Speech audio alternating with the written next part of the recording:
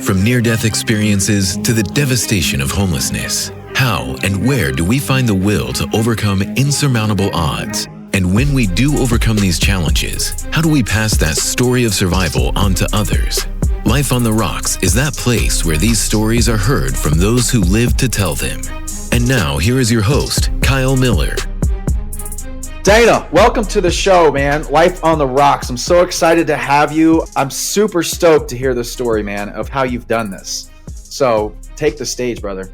Yeah, thanks, Kyle. Appreciate being here. It's fun to be on, as always. Always good to have a conversation with you. Yeah, so, my story started, I came from a town of 14,000 people, which I actually somehow still live in today. I did not come from money.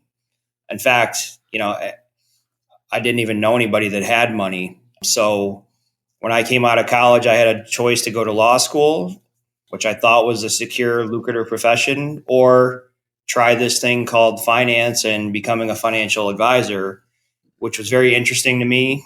Not coming from that world, I thought it was a valuable skill set to be able to take control of your finances and not leave that, up to chance. So right. I tried that first. I deferred law school, tried financial advising for a year, literally started knocking on doors because I didn't have a network. I didn't have family money. I wasn't stepping into a family business. My dad's a contractor and my mom's a school teacher. So, pretty normal beginnings. Knocked on 1,800 doors in about 6 months to get to know people and build that muscle of, how do you uncover a need and add value to people? And that set me on a trajectory to, fast forward 15 years later at the biggest financial firm in the world at Morgan Stanley, managing a little over 1.3 billion, when I decided that wasn't the career path for me, which most thought was the pinnacle of success in that world. Yeah. Well, go back a little bit to this, because I think it's kind of pretty neat. You coming out of high school, I guess, and coming out of college, right? You had the decision to go to law school or finance. What was your undergrad degree in? So I was a business administration major with a finance and pre-law. Okay. So I thought corporate law was my path. And so you went to school, you did this, and then you decided to go finance because did you see like a better life that way, or how did you make that decision? So that was a turning point. So quite honestly, I considered it initially because it was the cheaper of the two options. I was footing the bill for law school. Uh-huh. So I've always valued real life experience. I started interviewing attorneys and found out some of my initial perceptions of that career and that world were not exactly as it seemed. So quite simply, I chose the cheaper of the two options first and gave myself a year. I deferred school for a year to see if this worked for me. Uh-huh. I could make it into something that I enjoyed. So that's how I made the decision. So you made the decision to go to finance, and then did you have to take any tests for that? Yeah. Yep. So I had my Series 7, Series 63, all my securities licenses. Eventually got different professional designations, CFP, CMA, all that good stuff. So just in my brain, right, there seems to be you have a decision to go to law school or you go to finance, right? And you choose finance, great. But now, which I think is probably the biggest thing, is you didn't know anybody, a single person. How did you develop the confidence, not coming from money? Did you have college debt, student debt? Yeah, a little bit. My parents helped me some, but not, I still had a bill I had to pay every month for sure. So you had student debt, and we said, I'm managing money. You've never had a ton of money, and now we're going to go start knocking on doors and tell people that I'm going to manage their money. Yeah. How did you develop the confidence for that? Fake it till you make it at first, right? Yeah. And that's true in a lot of sense. But, I started at a company called Edward Jones, which had I was very fortunate. It had a very strong training program, gave me the right tools out of the gate to succeed. Uh-huh.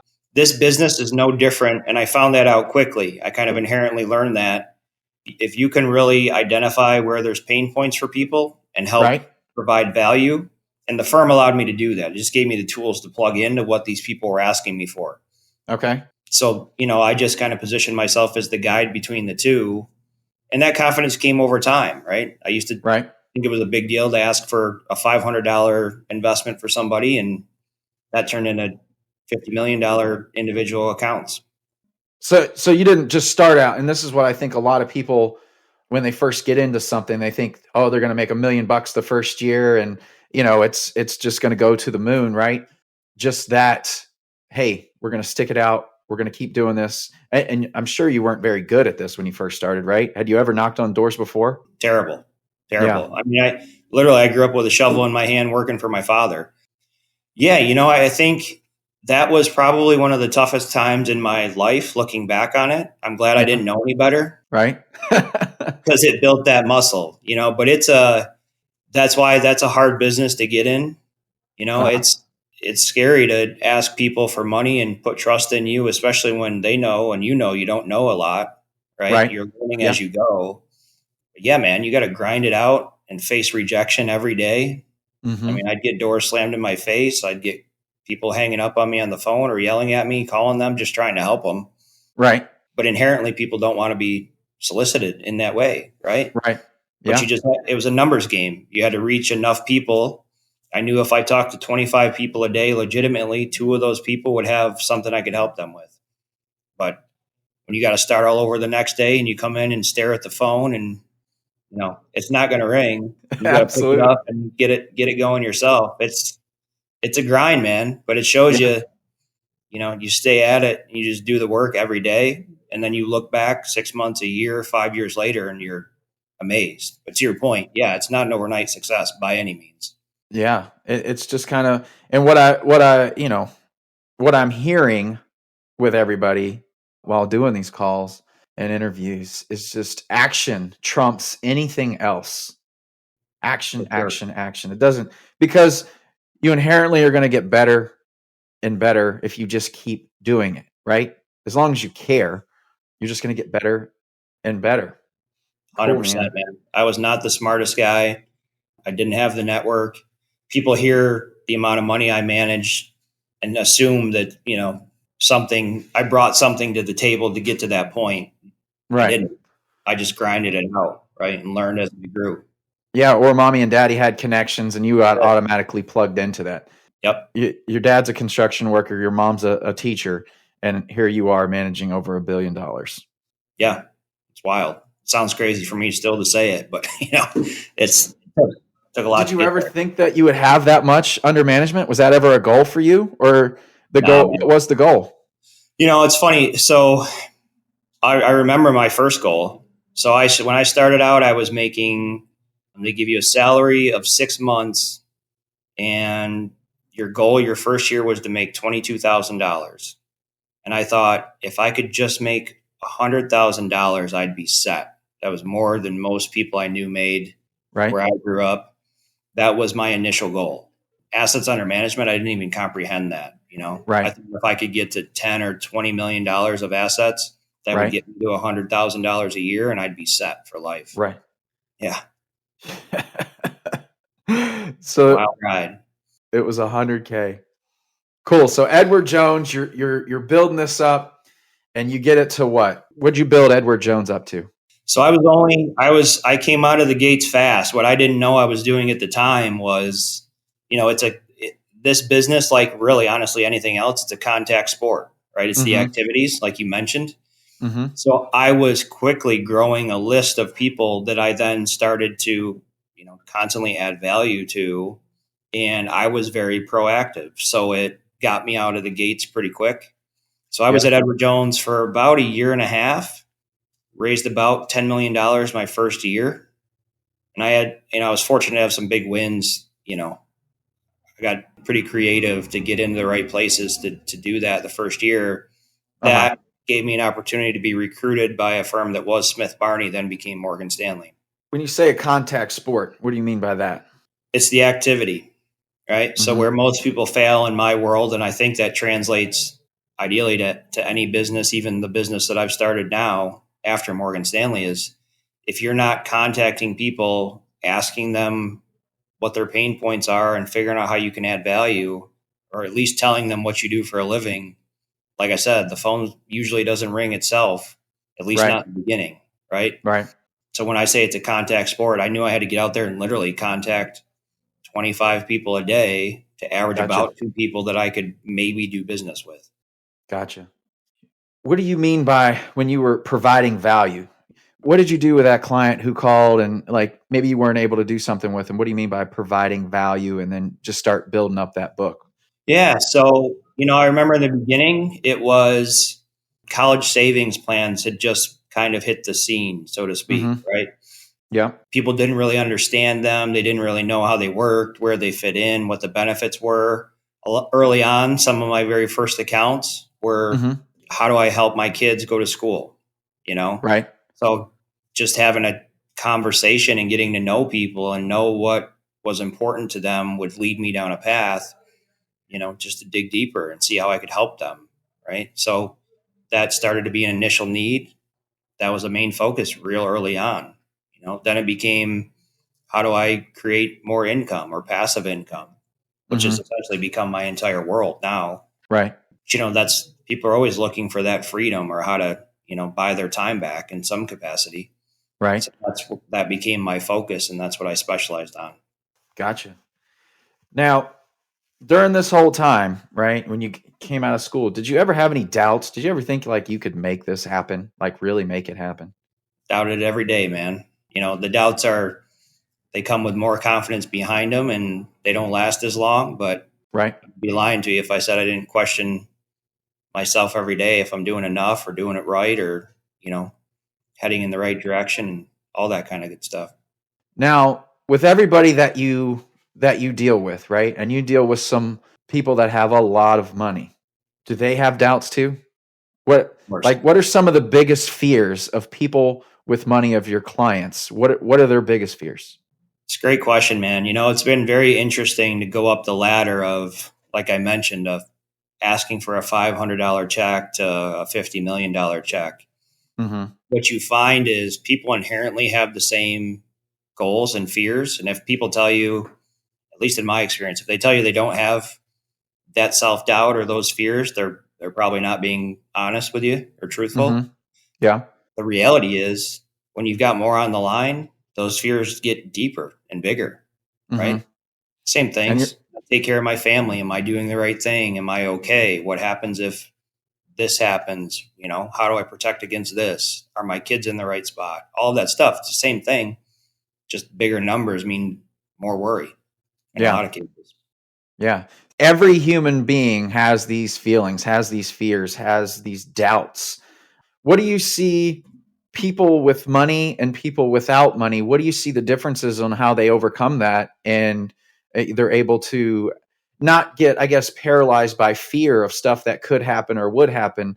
What is that? What are those thought processes that they go through to maybe help make that decision? Yeah. So I think, having or building wealth, even though they're the same fears, still based on, we've all heard Tony Robbins talk about the 6 human needs, right? That translates to everybody. Money certainly doesn't solve problems. It can create a lot more problems, but Mm-hmm. it does afford you opportunities, right? So if you're worried about how to take care of your family if something happened to you, a wealthy individual calls in an estate attorney or somebody like myself to figure out a plan, right? Right. If you don't have those means or that need with that amount of wealth, you don't do that, right? Yeah.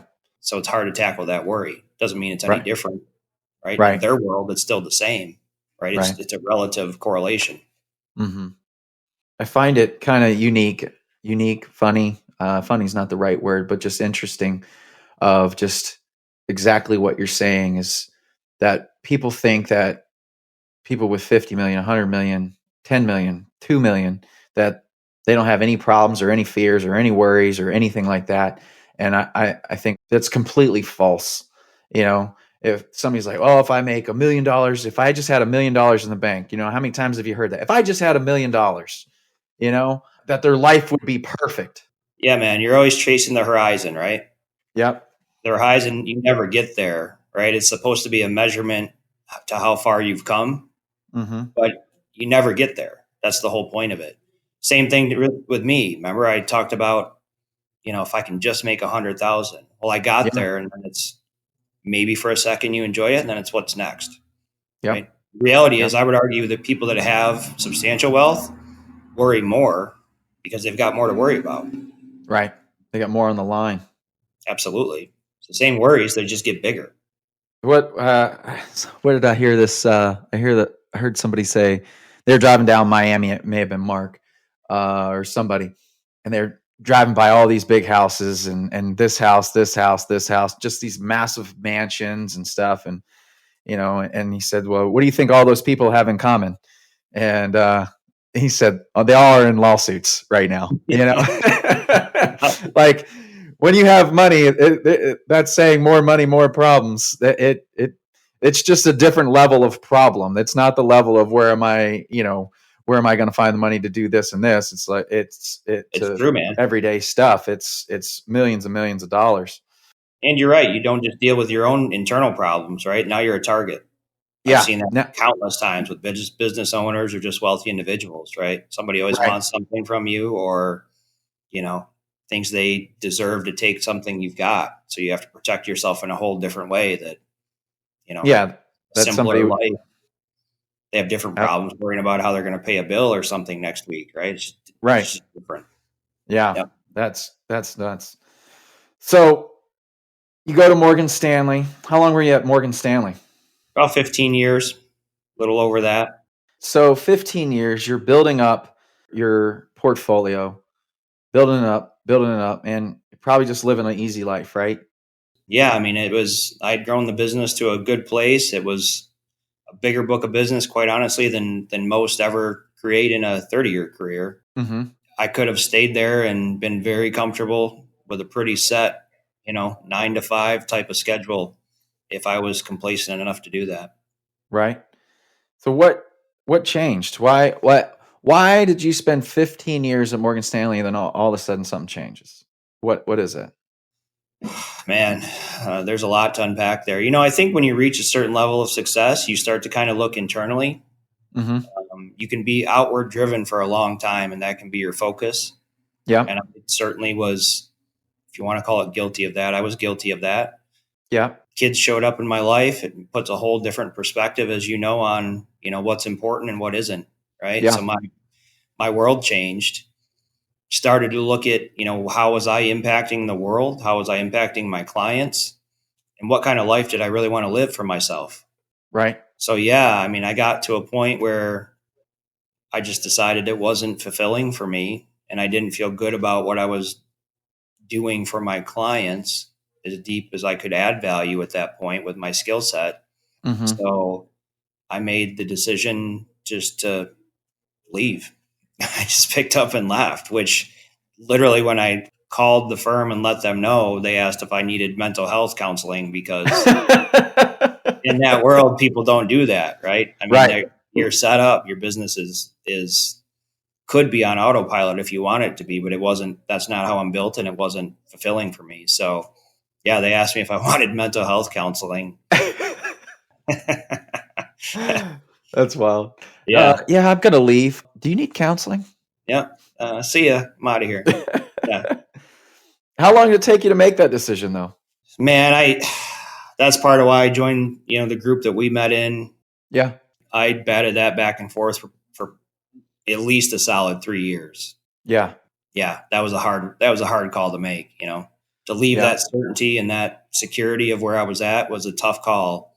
But ultimately, you got to follow what makes you feel good inside. So I made the choice. You're just fighting internal demons during that time. Do I do this? Why am I doing this? I don't like it. I mean, outside it looked like it was all set and perfect. Internally, it just wasn't.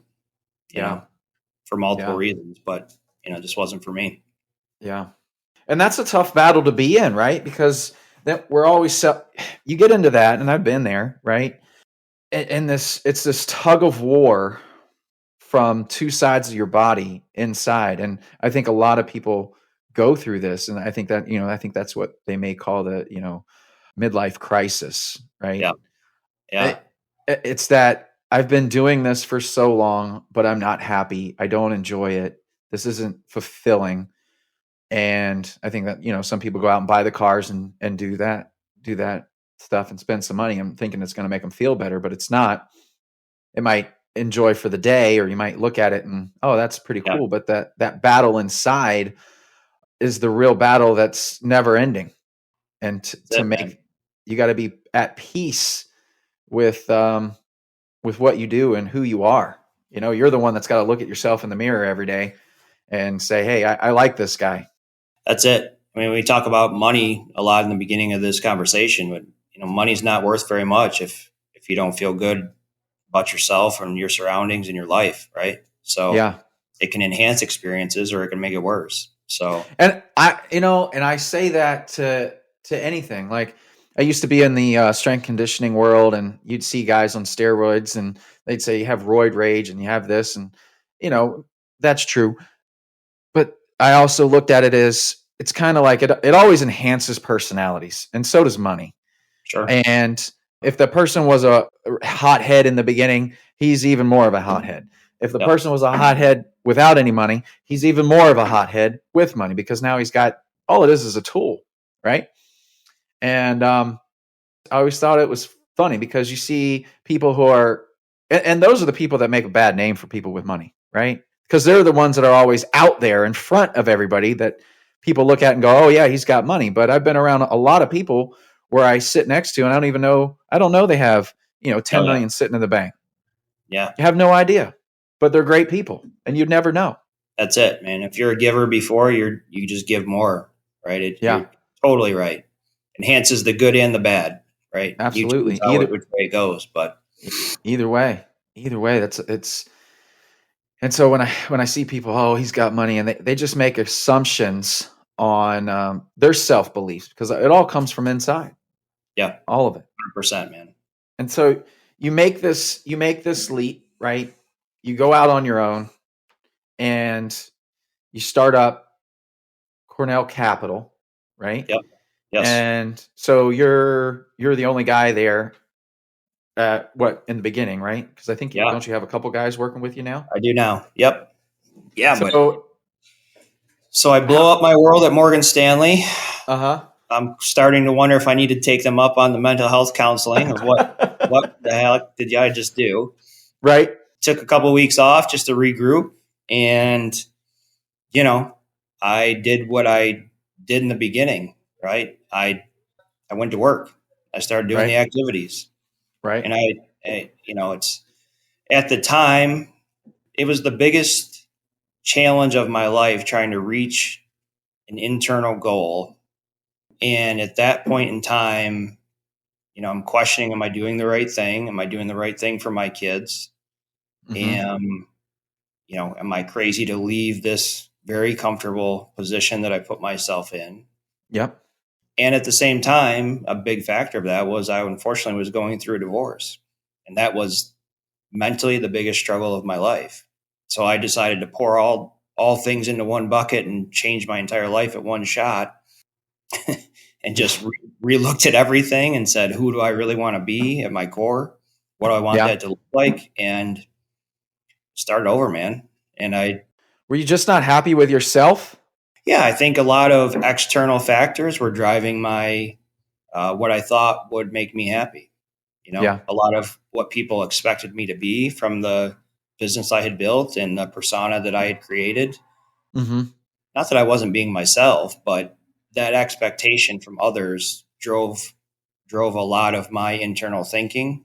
Yeah, and it took me a long time to realize it's not sustainable. It's not a way to live, at least not in my opinion.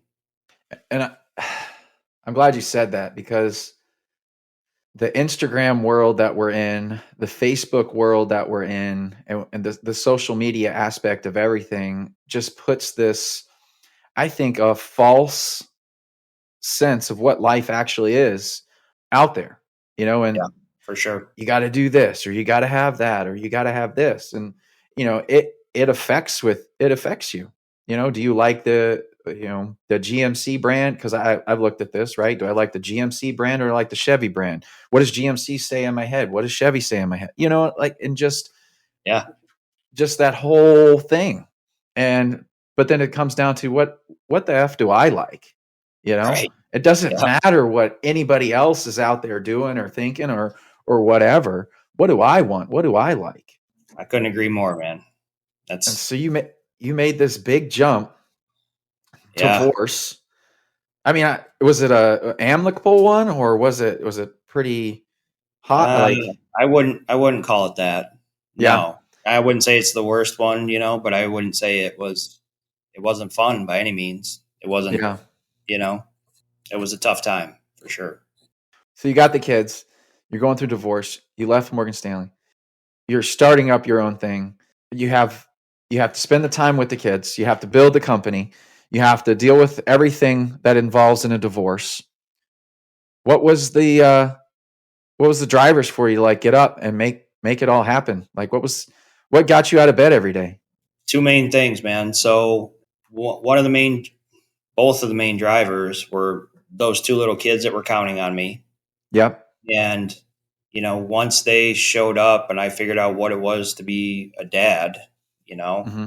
you realize that you're the example that they're going to set their expectations of life to. And Right. I didn't want them to see somebody that couldn't make a tough decision to do what was right. Yeah. And the second being, I realized that you can't control other people's actions or reactions. You have to control from the inside out first, if that makes sense. Hmm. And if I wasn't feeling aligned internally and fulfilled, I was going to have a tough time showing up the way I needed to for those boys. Right. So you combine those two things, and that's a hell of a fire for a man to change things up and right size your life and put yourself in a spot that you feel proud to show those two little kids that look up to you, where Right. you're at and what you're doing. Yeah. Those kids change your life. There's For some sure. people out that don't have kids, but kids absolutely change your life, change your perspective on things. I've learned so much from them of just watching and just seeing how they interact and just more of I don't know, understanding of purpose possibly They're, with they're that. sincere by default, right? They're not Right. jaded by other people's perceptions or their internal thoughts of who they need to be to show up. They're just Yep. themselves, Yeah. good, bad, and Yeah. ugly. And that's a beautiful thing. So you started back with Cornell by Yeah. yourself in there, and you're hitting. You got your drivers. You know your why. You're going to build this company up. Like, how did you start it up again? Like, you basically have from the very beginning. Yeah. So, I just was able to do the same things, just do it smarter. Right. So Hmm. I did the same principles I did when I was knocking on doors. I just added scale to it. So I opened it up to the audiences as far as a mass one to many type model, Yep. told my story as much as I could. I really refocused and wanted to fill a niche and go very deep for clients that I wanted to Hmm. work with instead of being all things to all people. Right. I'll tell you, man, there's something that leap of faith. Now I'm just 1 year in to the Right. new venture. When you align, your purpose with what you're actually doing, and set yourself on that mission, Hmm. it took me 15 years and a lot of luck and a lot of hard work to build the first $1 billion under management. Right. It's taken me 12 months to have access to that amount of capital again. It's done in a different way, done probably a lot smarter, and used, I didn't have some of the tools we have now to reach the amount of people you can, Right. but I would have never expected those 2 weeks when I'm sitting home and it's the middle of COVID and, everybody's on lockdown here in New York and Hmm. wondering if I've made the right decision to fast forward a year later. And, you know, the success we've had in just the 12 short months has been, blows my mind.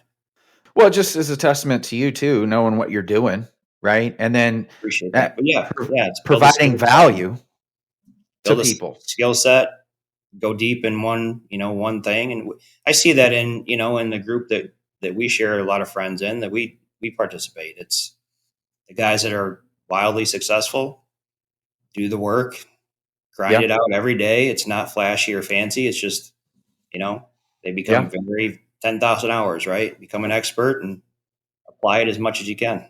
That's it. That's it. But then you got to have, like you said, you got to have faith that it's going to work, and you have to commit to it. And I think that commitment, when you tell the universe, this is what I'm going to do, there are things that align for yourself that pop up and open up doors for you when you fully commit to something, right? Absolutely. I'm sure you've had crazy interactions, crazy encounters that you're like, how did this happen? Oh You man, know, unbelievable.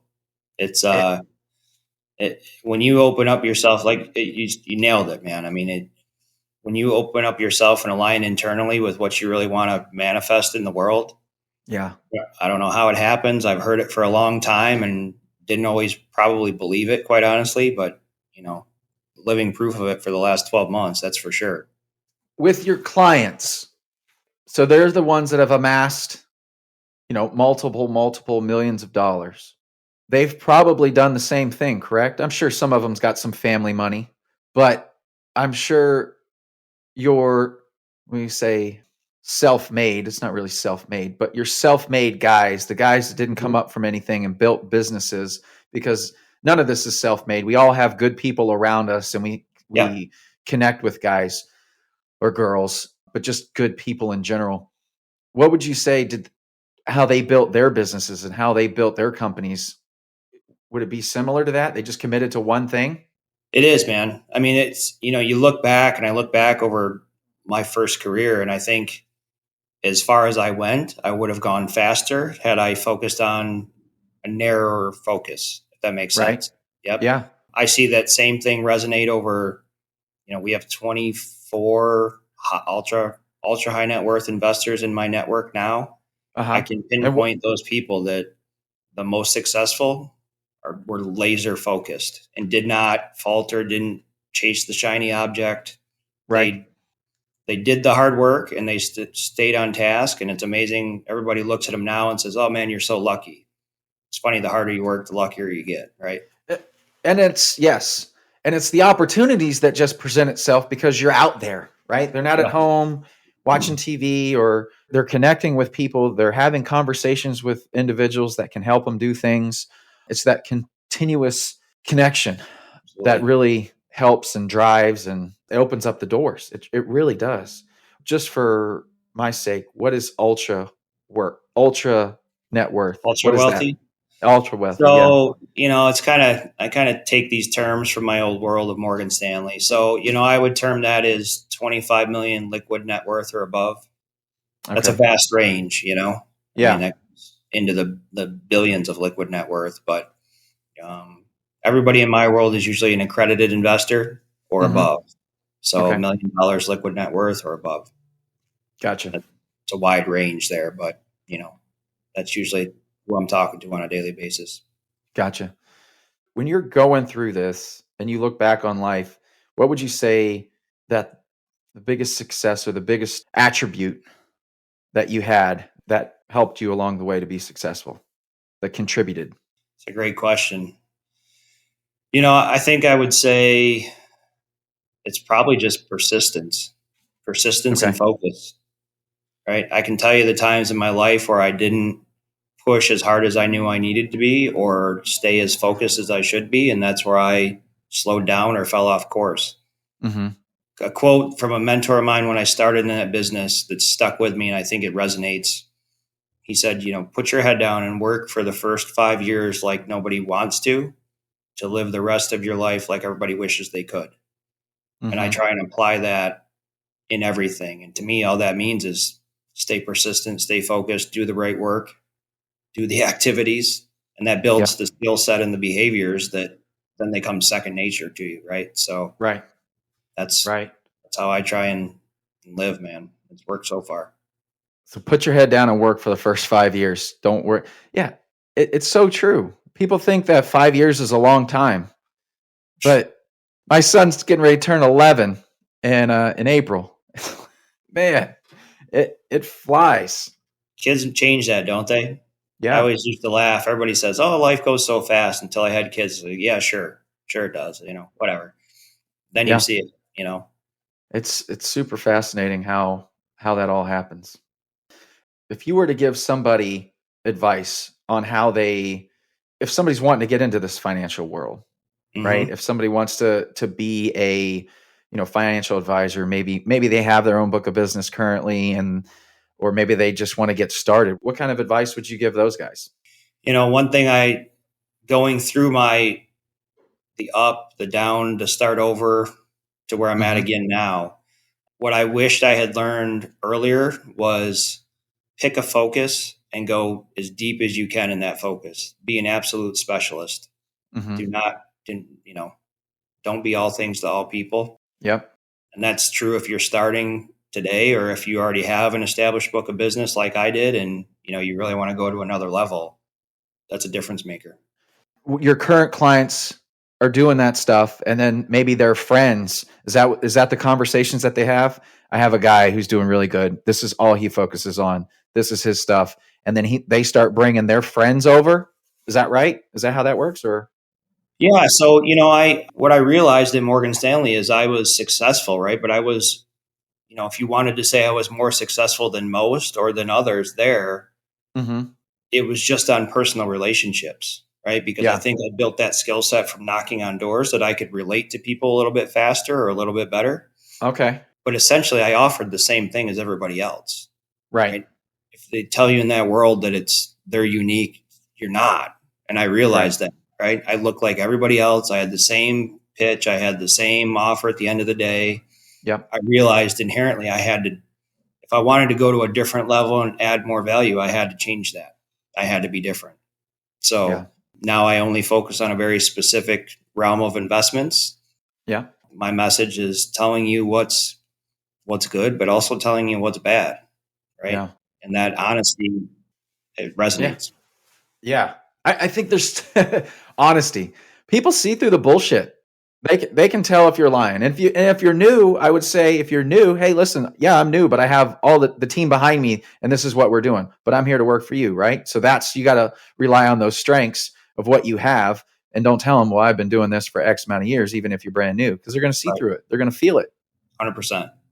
Yeah. I think there's generic advice you can spot anywhere. Right. And I felt that. And you've seen that. So this network now, the reason I built it so fast to that point, our offerings and our advice used to be generic by design. That's how those firms make that. Yeah. Right? They just want it to seem like it looks harder than it is. So you justify the fee that you charge. Right. Yep. I wish I would have understood that earlier to be very pointed and very direct and very honest and almost sometimes polarizing. Right. I go against the traditional, thought process of wealth management. Right. But that's why people of a much higher net worth gravitate towards my message because they inherently know what's truthful and what's not. Right. Right. Now, what is Cornell Capital? What are you guys investing? How big's your team now in 1 year? Yeah. So 1 year, we talked about the assets that we have. We focus strictly on alternative assets, meaning alternative to traditional stocks and bonds.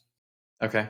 That's become very commoditized. So I focus deeply on helping high net worth people either buy their time back through passive income, or really helping all investors understand what they own and why they own it and getting an investment vehicle that one, pays them income, two, has appreciation or upside, and is highly tax efficient. Right. That's how you move the needle in true wealth. That's why you see, 90% of the Forbes most wealthy people is they've made their money in commercial real estate or private businesses. So those essentially are my two main asset categories. Gotcha. So you're taking capital from your investors and investing into multifamily projects, commercial endeavors, storage facilities, and other businesses along those lines. Yep. Dude, I love it, man. Become an owner and own something you can understand how it works, right? The confidence and clarity that comes with that is worth the return, and the returns are more than double of a traditional investment. So yeah, you're never going to get wealthy by being an employee of somebody. That's it. You have to start investing in things. Not saying that that's bad, but you can give you a start and maybe a leg up and bring some income while you're focusing on skills that you put into yourself, right? I have a lot of people that come up to me and ask me, hey, can I invest $5,000 with you? Or can I invest $1,000 with you? No, you can't. I'd put that in yourself. Take that money because you're going to make a higher return on yourself than you would with anything else. All day long, man. You and I know. I mean, we spent thousands and thousands of dollars a year on personal education and growth. That's the best money I've ever spent. Yep. Yeah. Keep learning, keep growing, keep doing it. Awesome. So how does somebody connect with you, Dana? Where do they find you? Yeah, CornellCapitalHoldings.com, DanaCornell.com gets you to the same place. Okay. My email is just Dana@Cornell Capital Holdings. So if I can help anybody, any questions of what we talked about, I'm an open book, man. Reach out. Yeah. Happy to help. You're on social too? Yeah.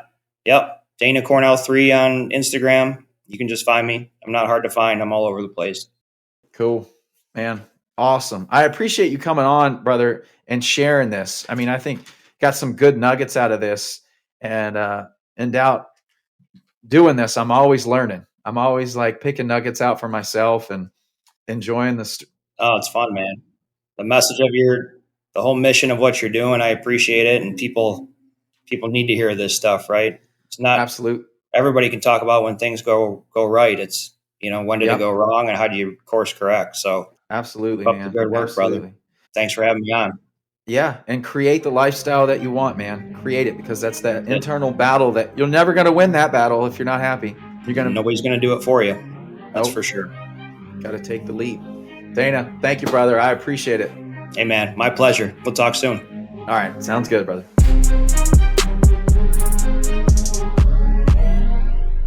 This is thepodcastfactory.com.